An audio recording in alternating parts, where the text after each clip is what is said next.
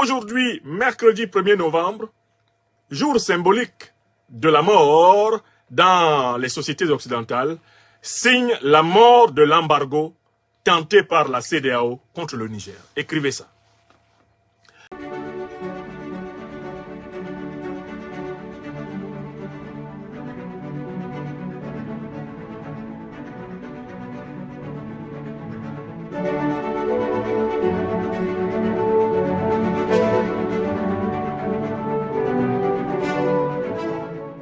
Amis, bonsoir, ou plutôt déjà bonjour. Une fois n'est pas coutume, il est bientôt exactement 1h du matin, heure de France, au moment où je me reconnecte pendant quelques minutes pour attirer votre attention sur une actualité de première envergure.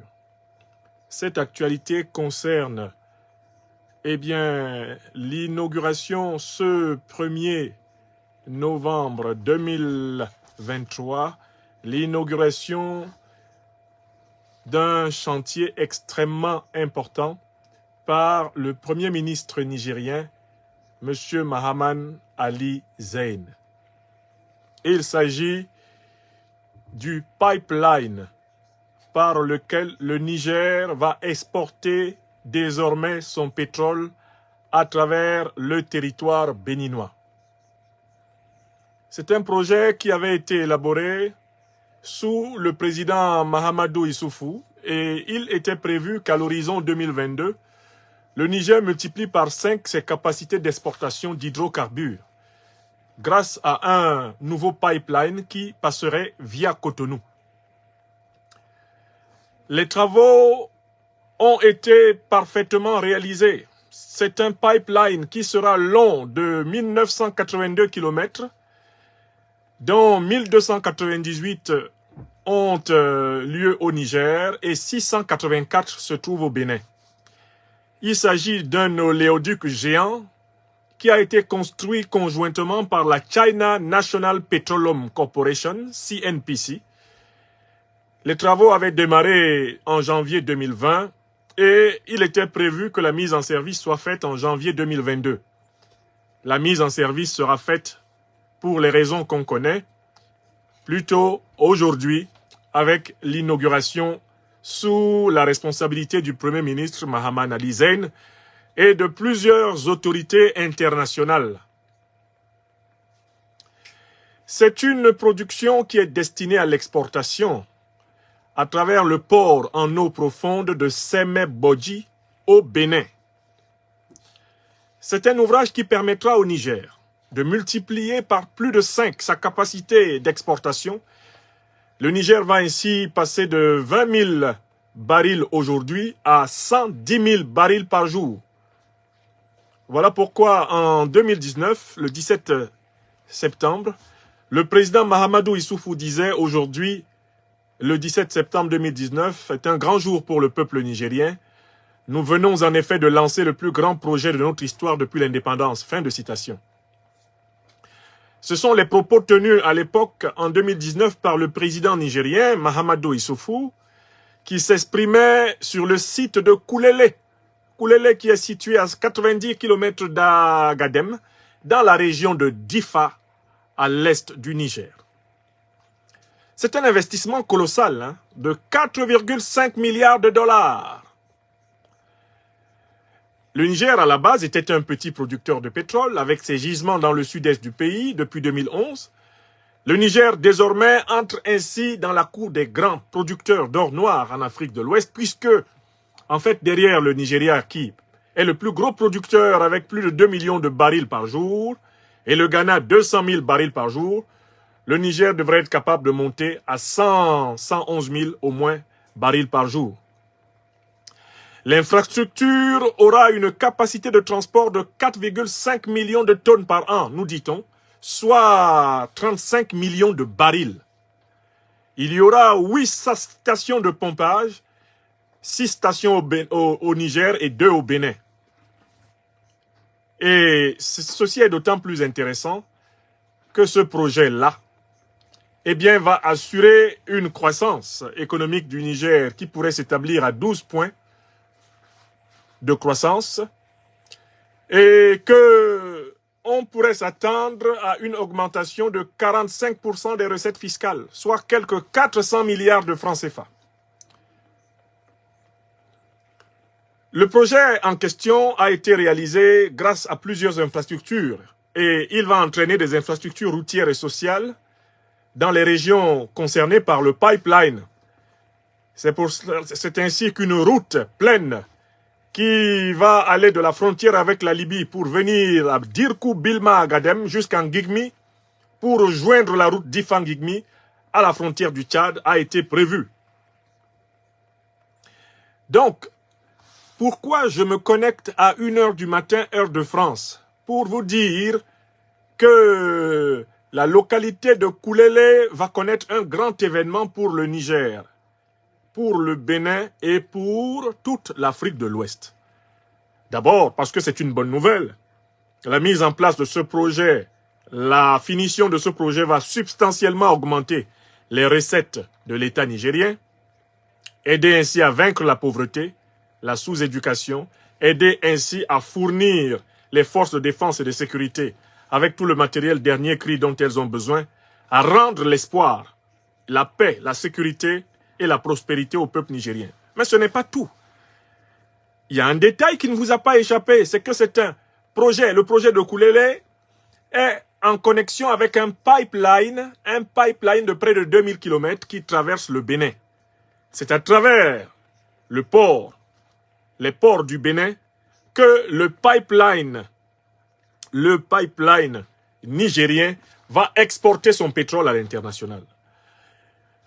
Dans cette affaire, le Bénin pourrait tirer des avantages, des bénéfices, des pourcentages qui vont de 25 à 40%, me dit-on, du projet.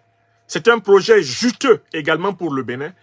Et le succès de ce projet de pipeline est un exemple de ce que l'Afrique est capable de faire si l'on suit l'idéal panafricain et s'il y a une bonne entente entre les Africains pour vivre heureux des richesses que la nature, ou mieux encore Dieu, leur a offertes. Ça, c'est la première raison. L'amélioration des conditions de vie grâce à ce projet des populations nigériennes et béninoises. Mais il y a une deuxième conséquence. L'inauguration de ce pipeline qui fonctionne à l'instant où je vous parle, qui fonctionne du Niger au Bénin jusqu'à la côte de l'océan Atlantique, est la preuve de la vacuité et de l'inutilité du projet d'embargo que la CEDEAO voulait imposer au peuple africain du Niger. Le Bénin, en allant au bout du projet du pipeline conjoint, le Bénin, en permettant l'exportation via son sol du pétrole raffiné de Koulélé au Niger, le Bénin, le régime de Patrice Talon reconnaît que l'embargo n'aurait jamais dû être pensé. Ce projet atteste de la fin de la participation du Bénin à l'embargo contre le Niger. Car il serait incompréhensible que le gouvernement béninois de Patrice Talon soit intéressé par les dividendes du pipeline qui part de Koulélé au Niger et qui traverse jusqu'au port de Bodji au Bénin, tout en voulant empêcher que le peuple nigérien bénéficie en retour des avantages d'un fonctionnement optimal et normal du port de Cotonou, par lequel, jusqu'ici, l'essentiel du commerce atlantique du Niger avait l'habitude de passer. En tant qu'analyste politique, géopolitique et géostratégique, je vous annonce donc que de mon point de vue, l'inauguration du pipeline par les autorités nigériennes et béninoises, qui aura lieu aujourd'hui, mercredi 1er novembre, jour symbolique de la mort dans les sociétés occidentales, signe la mort de l'embargo tenté par la CEDEAO contre le Niger. Écrivez ça. Écrivez ça, et c'est ça l'information géopolitique et géostratégique qu'il y a derrière. Si le Bénin a accepté et d'aller au bout du fonctionnement du projet du pipeline, c'est parce qu'il n'est pas totalement fou, le Talon. Depuis bientôt 3 mois, il s'est permis de faire péricliter des centaines, des milliers d'entreprises. Patrice Talon s'est permis de laisser choir dans le chômage et la misère des centaines de milliers, voire des millions de Béninois et de Nigériens travaillant dans les activités commerciales impliquant les deux pays. Patrice Talon vient d'arriver à la limite de sa stratégie. Il ne peut pas bouder le pétrole nigérien et les avantages qui sont liés à ce pétrole. Ou le Bénin, en tant qu'il permet le passage du pipeline, aurait des intérêts qui vont entre 25 et 40%. Dans ces conditions, Patrice Talon est vaincu grâce au pouvoir géoéconomique, au pouvoir géopolitique et géostratégique du Niger, dirigé aujourd'hui par le président Aboudraman Tiani, le CNSP, le Premier ministre Mahaman Ali Zein et les intrépides hommes et femmes qui ont décidé de servir le peuple nigérien. L'embargo de la CEDEAO est mort comme de juste le jour de la Toussaint. Le 1er novembre, c'est le lancement du pipeline et de la raffinerie de Koulélé. C'est le lancement du projet qui permet au Niger de multiplier par 5 sa production et son exportation de pétrole et d'augmenter à 45% les recettes fiscales liées au pétrole. La CEDEAO a son embargo qui meurt le jour de la Toussaint. Comme de juste, cet embargo de la CEDEAO était instrumentalisé par le néocolonialisme, de qui vous savez. Et il va de soi que cette journée a été très bien choisie pour inaugurer le pipeline, parce que c'est le moment idéal pour donner la mort à cette engeance de mort qui était devenue la CEDEAO manipulée par ses maîtres. Donc, suivez de très près l'inauguration de l'oléoduc de Koulélé demain au Niger et regardez bien quelles sont les personnalités et les gouvernements de la sous-région qui seront représentés. Vous constaterez vous-même qu'à Koulélé au Niger a été coulé et enterré pour toujours la dernière tentative ubuesque, inhumaine, illégale et criminelle d'embargo de la CEDEAO. Oui, les États n'ont pas d'amis, ils n'ont que des intérêts. Les affaires sont les affaires. Patrice Talon se souvient enfin qu'à la base, il est un homme d'affaires. Et que ce serait de sa part une ignominie totale que de continuer à s'amuser à faire perdre de l'argent au Bénin alors que l'or noir coule. Je voudrais ajouter, à titre ironique, que si M. Talon, à tout hasard, n'est pas intéressé par le pétrole du Niger, mais qu'il le dise. Quand il ne s'est plus intéressé à faire fonctionner le port de Cotonou pour les marchandises du Niger, eh bien, Faure Gnassingbé s'est précipité à ouvrir largement toutes fenêtres et portes dehors le port de Lomé afin de faire passer les marchandises et le business du Niger. À Lomé, il s'en frotte les mains de la décision de Tinubu et de Talon de sacrifier leurs échanges commerciaux, du moins en partie avec le Niger, pour faire plaisir aux néocolons. Là, je crois que le Togo de Faure Gnassingbé est à l'affût. Si Talon s'amuse à éternuer que ça ne l'intéresse pas, finalement, de bénéficier de 25 à 40% du pétrole du Niger pour le Bénin, je suis sûr que le Togo se précipitera pour offrir un tracé rapide, et même proposer de construire la partie togolaise de l'affaire rapidement pour que ce pétrole passe par lui. Comme on dit chez nous à Abidjan, quelqu'un laisse, quelqu'un apprend. Quand quelqu'un laisse, il y a quelqu'un qui prend. Le Niger n'a plus le temps de quelqu'un. Si tu n'arranges pas les nouveaux dirigeants du Niger, il ne faut pas les déranger.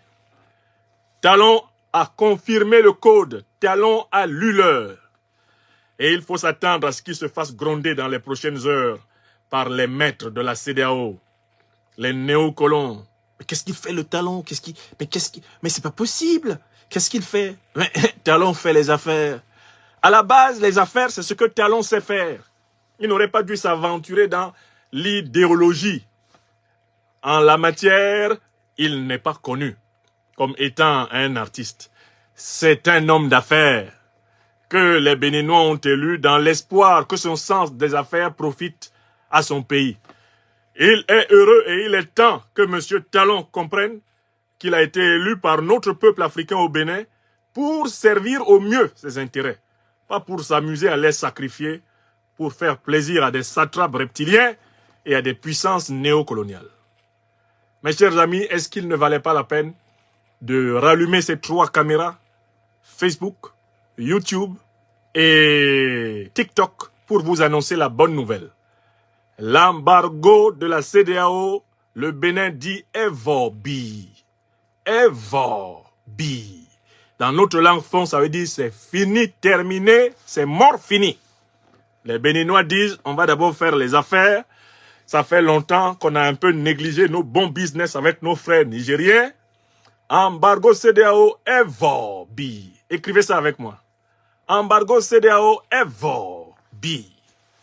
Ah non, nous, on va tous apprendre toutes les langues africaines s'il le faut pour être bien compris par les Africains.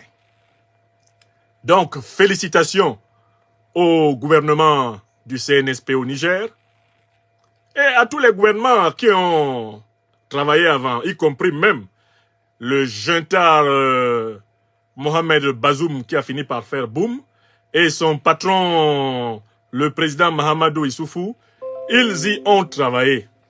C'est la preuve que l'État peut continuer à fonctionner même quand les hommes sont passés. C'est la preuve que quand on sert un pays, ce n'est pas pour soi.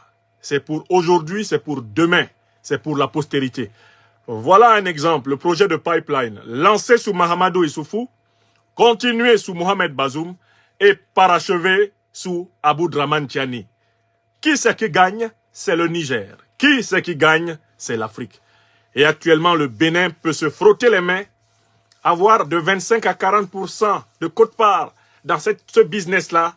Ça ne fait pas de mal dans le gari. Ça va améliorer la qualité du thor. Le thor va être d'un tel goût à Cotonou, à Parakou, à Abomey-Calavi, que tout le monde sera content. Vive l'Afrique des peuples. Vive l'union des peuples africains. Vive l'Afrique décolonisée, l'Afrique dénéocolonisée. Vive l'Afrique libérée des impérialistes. À bas les organisations brinqueballantes comme la CEDEAO, l'Union africaine, la CEMAC, la CEAC, tous ces machins fantômes qui ne servent pas à l'amélioration des conditions de vie des Africains, à bas. Vive la coopération fraternelle, bénéfique, la coopération scientifique, technologique, sécuritaire, afro-africaine. Le chemin est ouvert. Monsieur Talon, nous vous suivons à l'œil. Si vous continuez à chercher des noises à notre peuple frère du Niger, vous serez talonné jusqu'à votre étalement. Là, le Niger vient simplement de vous mettre un tout petit peu dans la sauce. Comme on dit chez nous au Cameroun, vous avez été mis dans la sauce. Tiani a pris une cocotte, une grande marmite, et il vous a préparé dedans, et puis il a tourné la carotte et le bâton. Le général de brigade sait les utiliser. Félicitations. Maintenant, on va voir les grincements de dents de vos maîtres. Bonne nuit à toutes et à tous. Je vous remercie de distribuer cette bonne nouvelle. La mort de l'embargo de la CEDEAO, en tout cas le Bénin, lui, n'est plus dedans. Le pétrole nigérien est tellement doux, est tellement bon, que Talon n'a pas pu s'opposer à ce que ses ministres, ses conseillers, et même les chefs traditionnels lui ont dit, Talon, embargo CEDEAO Evobi. D'accord? S'il y a une phrase qu'il faut retenir, c'est celle-là, dans notre langue fond. L'embargo CEDEAO Evobi. Voilà, bonne nuit à tous. Que nos ancêtres soient salués et que le Tout-Puissant soit béni. Merci. Merci.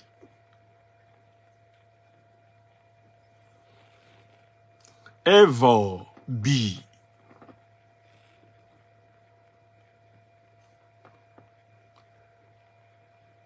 Non, mais si Talon ne veut pas du pétrole nigérien, il n'y a pas de problème, ça va passer par le Togo. S'il fait son malin, ce sera de sa faute. Les Béninois vont lui demander des comptes. Ne vous inquiétez pas, il ne s'agit pas de lui faire confiance. Il marche ou il crève. C'est ça, c'est comme ça que ça marche. Bonne nuit à tous.